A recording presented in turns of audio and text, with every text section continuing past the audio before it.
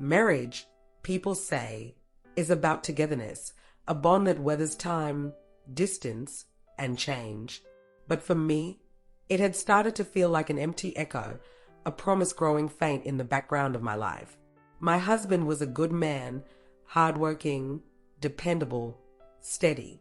But he traveled often for work, and each time he left, a silence lingered in our home, slowly stretching the space between us. There was a time I tried to talk to him about it, about the absence I felt and the lonely evenings piling up when he was away. I chose my words carefully, hoping he'd hear the longing beneath them. But my words only stung. He bristled, reminding me how hard he worked for us, and somehow it escalated into a serious quarrel. After that, I learned to keep my feelings to myself, to avoid stirring up that tension between us. But that silence became my companion, leaving me with a heaviness I didn't know how to lift. Then, one evening, I attended a charity event alone. I didn't want to go, but something in me needed a break from my own solitude. That's when I met Chris. Chris was the kind of person who could ease into any room, find his place, and somehow make everyone feel at ease. He was charming in an unassuming way, with a warmth that felt like an open invitation to simply be. We struck up a conversation, mostly small talk at first, but he had a way of listening that made me feel like my words mattered. He shared snippets of his life, his travels, his work, his family. And when he laughed, I noticed a genuine kindness in his eyes. As the night went on, I realized how much I missed being able to talk like this, to feel heard without needing to measure my words.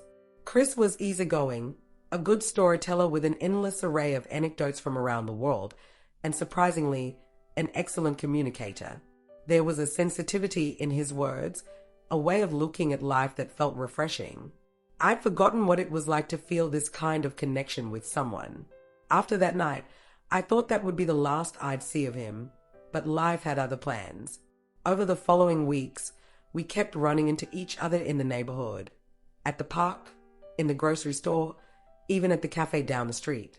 It felt like the universe was playing some strange game, bringing him into my life in these little, unexpected moments.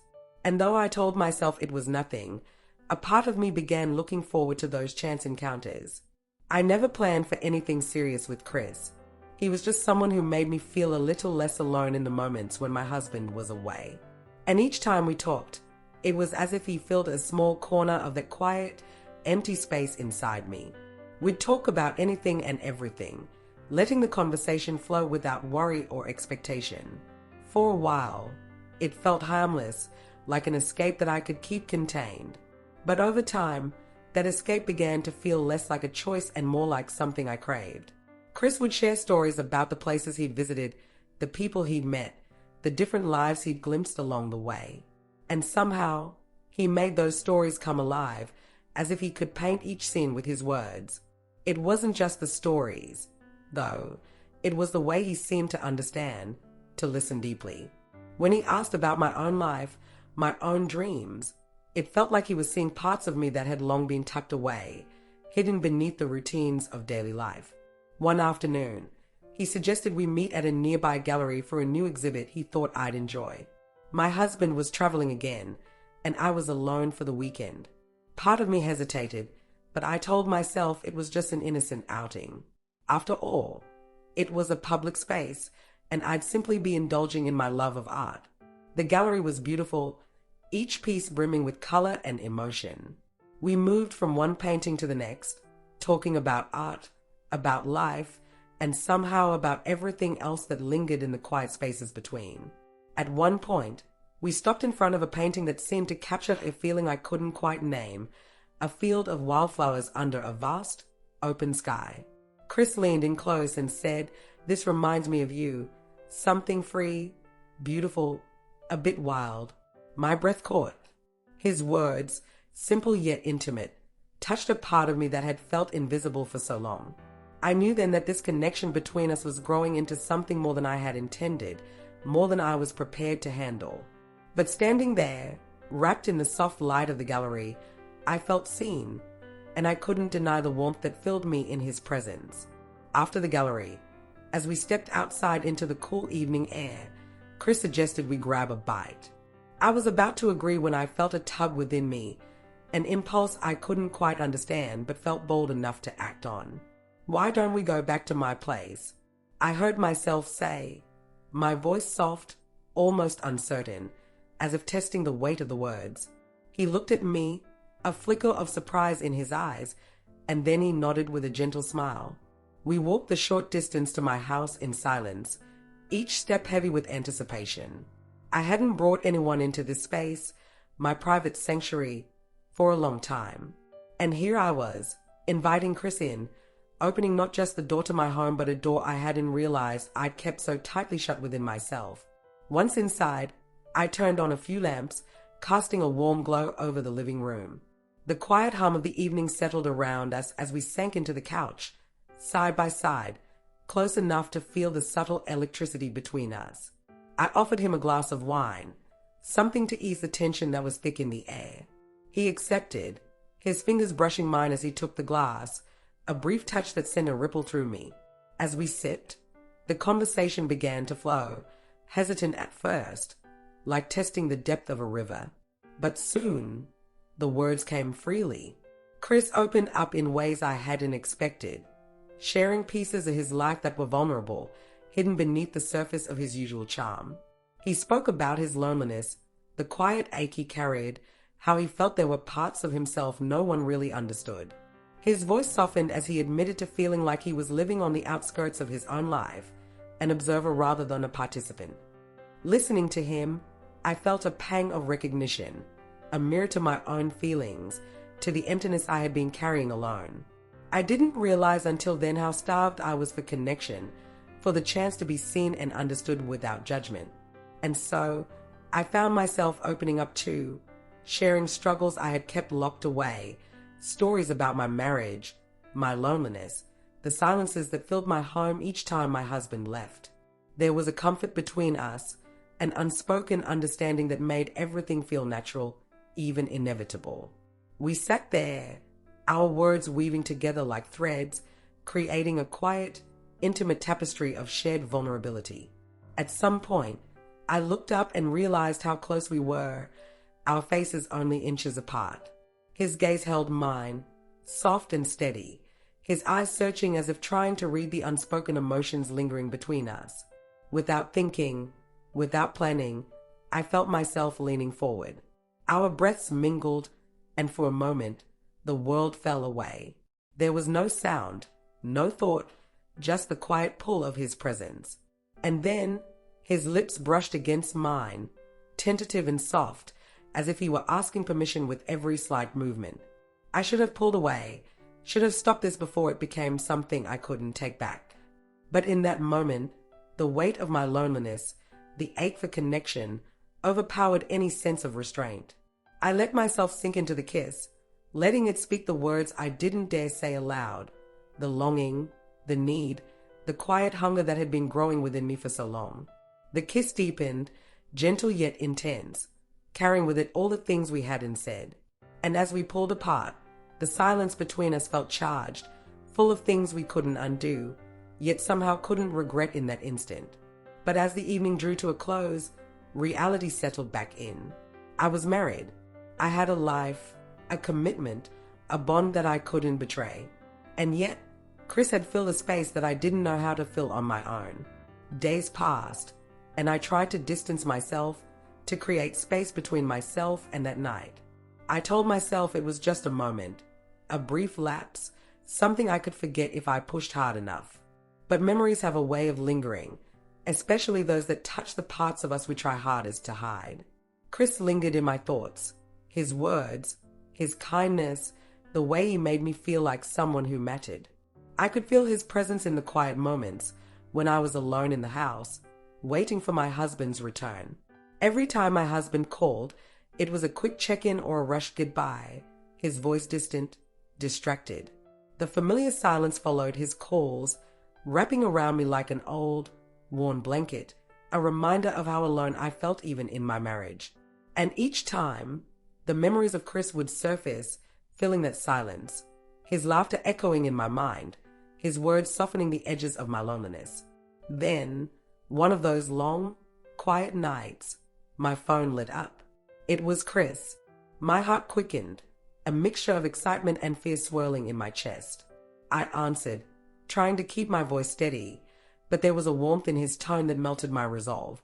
"I was just passing through your neighborhood," he said, his voice casual yet inviting, carrying an undercurrent of something deeper. I hesitated, feeling the conflict tugging at me, but I couldn't deny the flutter of excitement his call brought. There was a part of me that wanted to resist, to tell him I wasn't home or that it wasn't a good time. But in that moment, my loneliness felt sharper than my guilt, and my longing for connection won out. "Come over," I found myself saying, my voice barely above a whisper.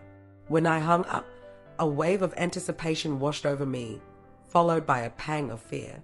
I knew the hold he had over me, knew that in his presence, my resolve weakened, my boundaries blurred. Yet, even with that knowledge, I couldn't bring myself to turn him away. Minutes later, Chris was at my door. The moment I opened it, I could feel the electricity between us. He stepped inside, his gaze soft and understanding, as if he sensed the internal battle I was waging.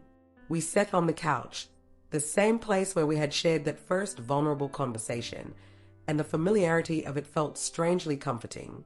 We talked, falling back into the easy rhythm we always shared, yet beneath our words, there was an unspoken tension, a pull that we both felt but didn't dare acknowledge aloud. And then, as the conversation drifted into silence, he reached for my hand, his touch gentle, reassuring. The space between us dissolved as he leaned closer, his gaze lingering on my face, waiting for a sign, an unspoken permission. My breath hitched, my heart pounding as I closed the distance, my lips meeting his in a kiss that felt like both surrender and release. This time, there was no hesitation, no restraint. I let myself sink into the moment, giving into the emotions I had kept bottled up for so long. I allowed him fill my up, and I can't deny it felt good having him instead of me.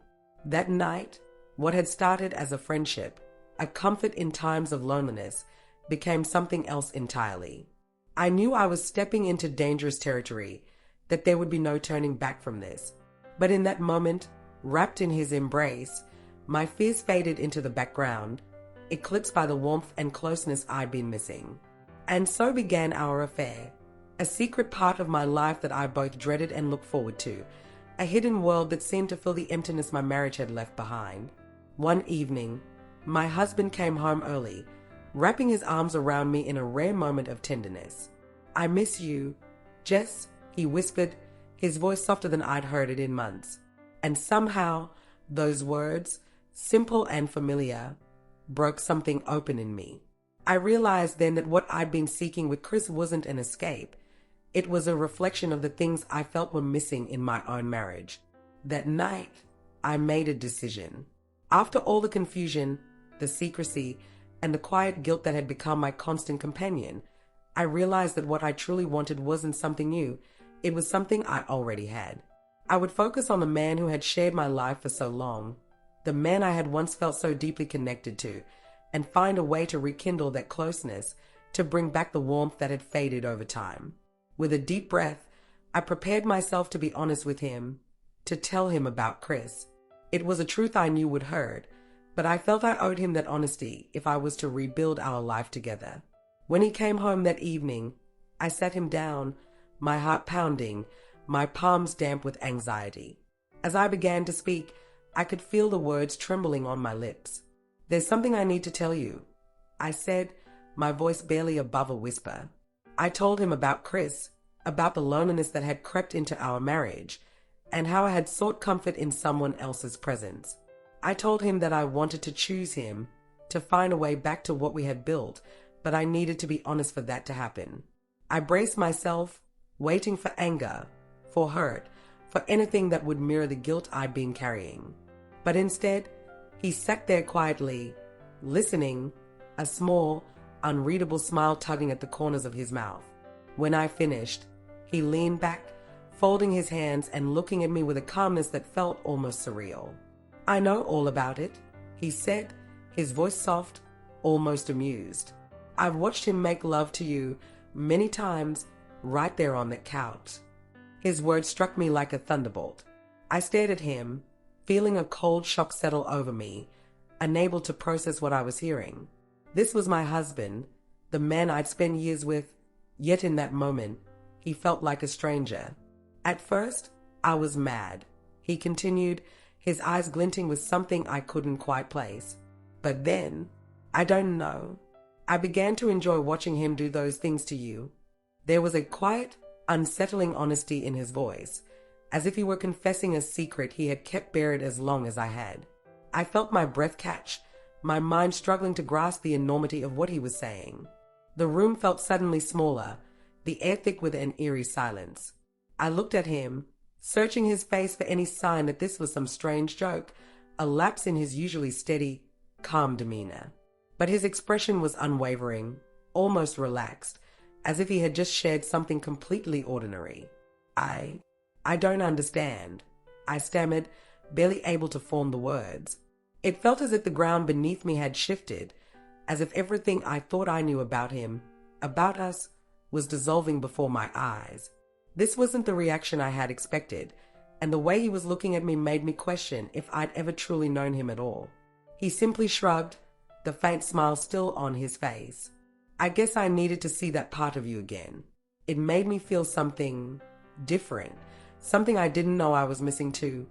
His words were calm, but there was a strange detachment in his tone that unsettled me. The man I thought I knew seemed to be hiding behind this facade, someone I couldn't quite recognize. In that moment, I realized that our marriage was built on layers of secrets and buried desires that neither of us had ever dared to face. And as I sat there, absorbing his confession, I wasn't sure if this revelation would tear us apart or bind us together in a way we had never imagined.